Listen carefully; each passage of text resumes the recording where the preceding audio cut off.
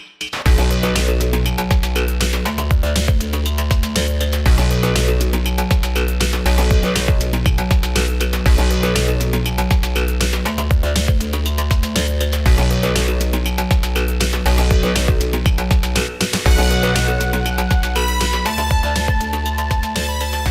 what's up? John Sunmez here from SimpleProgrammer.com. I am in Rome, Italy, and I'm answering a question here today. It's kind of a long email question. I'm going to skip around a little bit. This question comes from Jay, but I thought I'd answer this because it's got some interesting aspects to it, and something that I think a lot of you that are watching this channel are somewhat overachievers. You're very motivated, very much focused on self-improvement and getting a lot of things done. And sometimes when you do that, I can be guilty of it myself. There's something that can get lost in the process, and you can start to feel like you wonder why you're not so hungry and motivated. And that seems to be what Jay's problem is. So we'll go through this email here. He says, "Hi John, I hope and implore you to read my note. Let me start by saying that I'm at a point in my life where I'm still evolving and happier, but not truly happy where I want to be. I started my journey in personal development some 20 years ago. I had to, as I was depressed and not growing at all. I am in a much better place than where I was, but I haven't fully crystallized the highest vibration of humanity or self-mastery, not even 50%. So there's a ton of room for improvement. I spent thousands of dollars in countless personal development programs to jumpstart my life since the first program I did in the mid-90s. So far, I am stronger from -1 or -2 in personal power to +5 or +6 in a good day. I have accomplished a few things that I am proud of. However, I don't fully believe in myself. So back up with half-ass effort, work ethic, while trying to achieve challenging goals of cracking into the IT industry." So I wanted to give that background from his email because he's essentially gone into personal development, been doing it for 20 years, has improved from what in his estimation, Jay's estimation, -1 or -2 to a +5 or +6, but he's still not there yet. And none of us are there yet, right? We're all working towards it. You're never going to be there, but that's the background, because I think this is important, like for those of you that have already put in a lot of the effort. So he said, I recently hired a guy from Upwork to basically watch my monitor via Skype, screen sharing for 2 hours a day, paying him $3 an hour. His job is to be a confidant, and I cannot go to any news, sports, or stupid sites. The goal is to study and work, and this has led me to more self-control, better study habits. However, it is not leading me to hone in on my focus, as I think I have a case of ADHD. While I'm studying, I get images of football, old conversation, and other nonsense, so I'm going back to what I did in college to focus on in order to catch up for a difficult class, business statistics. I had very little preparation in math or statistics, so after failing the first test and desperate, I scanned my brain for the answer. Okay, so again, this is long, but I think it'll be worth it. So he says, I came up with a plan to implement the mirror technique from the power of believing. I would look deep into my eyes, wide and intent with grimace, making a fist, bring tremendous intensity while chanting positive things about where in life I showed intelligence and how I am smart and other positive things. Okay, so this is basically positive affirmations, which do work if you do them with emotion and feeling and repeat them. So many accounts of people doing this that work. So he says, chanting before every class in the men's bathroom in Brooklyn College. When someone came in, I would pretend to fix my hair and check my phone and resume once they left. When I got home, I did the same thing before studying and doing my homework. So he says, little by little, he caught up and it started to work, and he was operating the level where his brain was functioning at the level he wanted. He got a B, and then, basically he had success by doing that. Okay. Then he says so he says that this is from a student who is not prepared for college, as I wasted most of my youth passing New York City Public High School with 65 averages. So he sort of cracked this, right? And he says, the mistake was I never sustained the effort to fully build neural pathways for character effort with time X intensity of focus, Cal Newport's formula. Although super happy as this is the biggest challenge I overcame and graduated. However, after college, I was fairly exhausted emotionally. I didn't realize I needed to constantly challenge myself and bring all that I learned and build the neural pathways protected by thick myelin sheath so I can get closer and closer to living with the highest version of myself. So just to break this down a little bit, and you'll see why I'm going into detail here and reading so much of this. He's talking about that he didn't bring enough intensity and focus and continue afterwards in order to, he's saying, to build the myelin sheath. If you don't know, like your brain cells, your neurons have a myelin sheath, which basically allows you to do things sort of autonomously. It's sort of those pathways become strengthened, and that helps to make it so that you can fire up that pathway quickly, so you can do things like drive a car without really thinking about it. It becomes automatic. Okay, so. And now I'm mentioning this first for some specific reasons why all of these details. You'll see at the end. Okay, almost done. So he says the same pattern is running again, and now with my current challenge, which is learning Java and the Selenium framework, I'm falling behind in class. I started doing a lot of things to drop crap from my life again, giving up news and politics. You can check out my video on that I highly recommend. And can do more. Miracle Morning is helping tremendously, but my focus is still not where I need to be. I don't know why I don't do the Brooklyn College mirror technique. Coined it so I could use it more. Daily before each study session, do I need to screw up more to rise again and go nuts so I can tap into my cognitive potential? I can't figure out why I'm not super, in caps, hungry and determined from day one of this IT course. I paid $3,000 for it and do everything I can to fully learn and rise to challenge. I've gotten more serious, but I believe there's still more I can do and I'm not doing. Please help with any suggestions and share your wisdom. I need to really grow up once and for all, not a +5 grown up, but a +9 or 10 or more, and make a life that I'm proud of. So when I meet my creator, I can proudly say I did few things and contributed to the world. So, okay, so there's some reasons why I went into the detail here, and this is my advice for Jay. So here's the thing.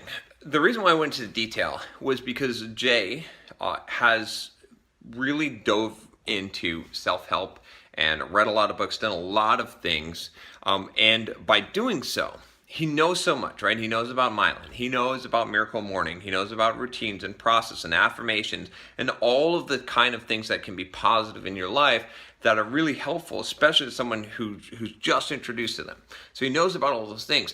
But I was actually going to do another video on this, and I probably still will, but all of those things, when you know too much, it becomes a burden on you because you expect too much, right? And so what I believe is going on with Jay is that I believe, Jay, that you're having the problem of having so much knowledge and having so much, knowing so much about where you should be and having all these requirements and expectations upon yourself that you've sort of sucked all the fun out of it and all the enjoyment and all of the curiosity and the interest in the development itself, and instead it's just replaced by pressure. So what I get from you is just this immense feeling of pressure. And I can relate to this totally, right? Because I get buried myself. I read so many books, I know so many techniques, so many things, and I have so many expectations from myself, from physical fitness to, I mean, even just today as I'm sitting here, right, you know, I'm watching the clock. I'm literally watching the clock, right?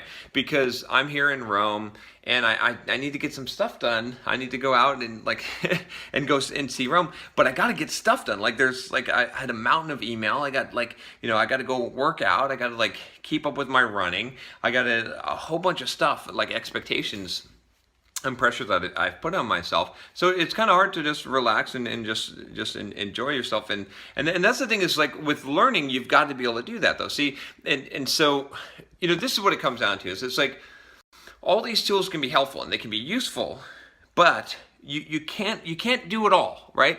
you can't like apply all of this philosophy directly. What philosophy has to integrate into you in order for it to be to bear fruit, right? To bear fruit in the long term. So if I give someone a philosophy, if I give them someone, you know, a good book, if I say, here's Miracle Morning, read this and make a daily routine for yourself. Or if I say, you know, here's Awaken the Giant Within, Tony Robbins' book, you know, follow this process and do this stuff. That's great. It's going to help it's going to help you. If you read Cal Newport stuff, you know, on deep work and so good they can't ignore you, great. It's going to help you. But it's going to help someone that's just starting out, right? That doesn't have all of this knowledge. It's going to be huge for them, right? It's going to be a huge breakthrough.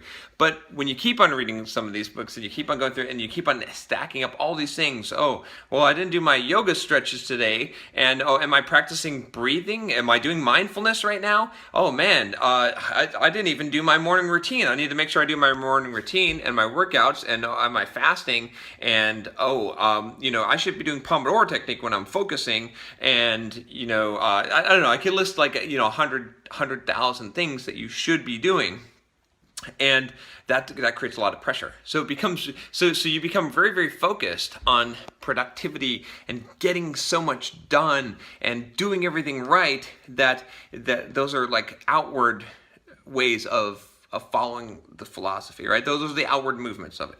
What you have to do is really internalize the things, internalize the philosophy. And when you do, you sort of get to this place where there aren't any rules, right? I mean, rules are really helpful for the beginner, right? If you're starting out, if someone is just starting out, they're on this path to self-discovery and self-growth, it's great to have some rules. It's great to have some guidelines for them to say, okay, follow this, do this thing. You're going to grow by doing this.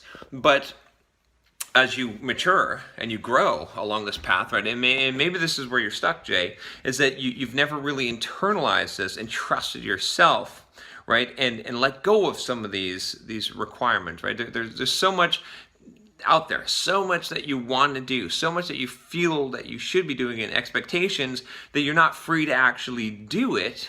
And it's almost like there's too much overhead. Do you know what I'm saying? And so what I think, just to give some specific advice for this course, and I think it'll apply in life in general, is stop all of the expectations, right? Just, try and rekindle. What was it like when you enjoyed learning? Right?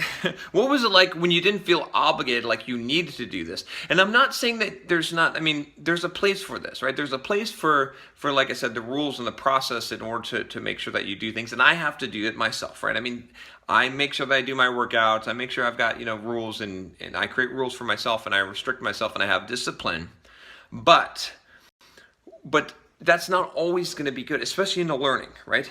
When you're trying to learn, if you put a time limit on yourself, if you're like, oh, I need to be focused and all of this, it's going against the grain. It's better to just go with the flow. And the flow in this case is, man, you need to figure out, like, you're doing this Java and Selenium framework course, what's interesting about it? What's fun about it? What is there to discover that is fun? It's almost like you've bought I just use an analogy. Let's say you bought some video games, right? And you bought like 10 video games, and you're like, oh shit, I got to beat all these games so that I can move on to the next one. So you're playing this game, right? And playing this video game, and you're like, oh man, this is taking too long. This boss is too hard to kill. Fuck, I've got 9 more games I need to get through, right? And then that's how you're doing it, right? And of course, it's going to seem like a burden. It's going to seem like an effort. Every step back, every time that you're not, making perfect forward progress, you're going to feel like you're wasting time and like you're hindered. But you're supposed to be having fun, right? You're supposed to be enjoying it. Like, the reason why you did this, and it's the same thing here, is it's like the whole point of this is that you're supposed to be, building some kind of fulfillment within yourself, right? You're supposed to be growing, and that's supposed to be a fun and joyful process. Not that there's not any pain, not that there's not any turmoil or discomfort, or that it's not hard. All those things are true, but in general, I mean, you're supposed to be enjoying the ride, right? And so you're taking this course maybe, and you forgot about what it's like to discover something and to find something interesting, right? And maybe Java and Selenium isn't super interesting to you right now, but you can choose to make it so. There's always something interesting it just depends on the perspective. If you're approaching it, like I said, with that perspective of, like I said, if you had 10 video games, you got to get through them all, and this is why you're doing it, so you can get through them, then it's going to be hard. It's going to feel like work. It's going to be hard to focus. You're going to be thinking about other things. You want to get through. Anytime you're thinking about other things, it means you want to get through it, right? You're not in the moment. You're not present because you want to get through it. You want to get done with it so you can move on. So you need to switch that. You need to say, look, this thing that I'm doing, forget that I've paid money for it, forget all of this. What is fascinating? What is interesting about this? I want to learn this. I want to like play around. I want to enjoy this course, right? I mean, I get a good book on philosophy sometimes, right? And I some of the best books I've read, I don't want them to end. Right? I want it to keep, I'm looking and I've read books two ways, right? I've read books where I'm scanning through the pages at the end and I'm like, how much is left in this chapter? Oh, I just got to finish this thing, right? I've read books that way. Not a very enjoyable experience. I didn't get much out of them. And I've read other books where I've said, oh man, oh shoot, I'm already halfway through the book. Oh gosh, I wish this book could go on forever, right? And I'm savoring each moment of reading that book because it's good material. It's wisdom that I'm enjoying. But a lot of it has less to do with the book, and it has more to do with me and how I've chosen to approach that particular book or that time. So change your approach. It's good that you've gotten all this self-development and personal development stuff and that you've grown as a person. But the next stage of growth is not going to come from piling on more rules and more processes and more techniques and more efficiency and more of that and trying to force yourself to focus. The next evolution, the next step is going to come from integrating all of that stuff and trusting yourself, right? This is the thing. You have to become a philosopher, right? You cannot just be a student of philosophy. If you study philosophy, that's great. But you have to create your own personal philosophy. You have to become the teacher of the philosophy. You have to become a philosopher yourself. And that means trusting yourself. You can only regulate so much. You can only discipline so much.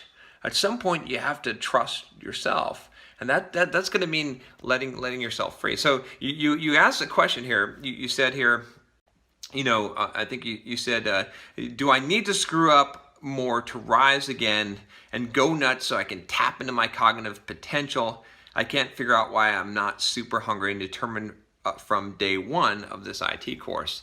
And so, no, you don't need to screw up, right? I mean, you've already sort of, you've gone and you've seen how far this will take you. You've got to reconstruct. You've got to forget about some of this stuff that you know and just trust your own instinct and trust yourself and let go of some of these requirements and just say, okay, I'm just going to be free I just want to take this course. I'm just going to have as much fun as I can enjoying this course.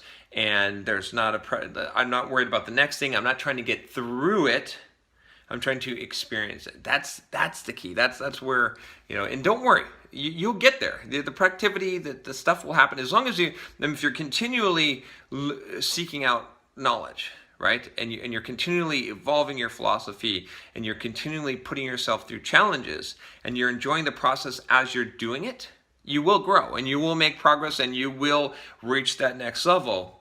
But until you start thinking of things that way, if you're just thinking of things of getting through them, you're going to be stunted in your growth because you can't ever grow past that point, right? It's helpful, like I said, for the beginner. It's eye-opening. You read some of these books, you see some of these things, you hear about positive affirmations, you read some Tony Robbins, you go through and you talk about morning routines, and all of these things are helpful, but they only get you so far. It's again, you have to become the philosopher. You cannot just continue to read and learn from other people. You have to become the teacher at some point. And even if you're the only student of your own teaching, that's fine. But it's all about trusting yourself. All right. So I hope that helps you, Jay. Hopefully I've made the right call. I'm reading between the lines a little bit here, trying to interpret things. And let me know. Let me know. Obviously, you can email me. If you got a question for me, by the way, you can email me at john@simpleprogrammer.com. I don't answer all the emails with big, long videos, but some of them I do. All right. I'll talk to you next time. And don't forget to click the subscribe button to make sure that you don't miss any videos in the future. I'll talk to you next time. Take care.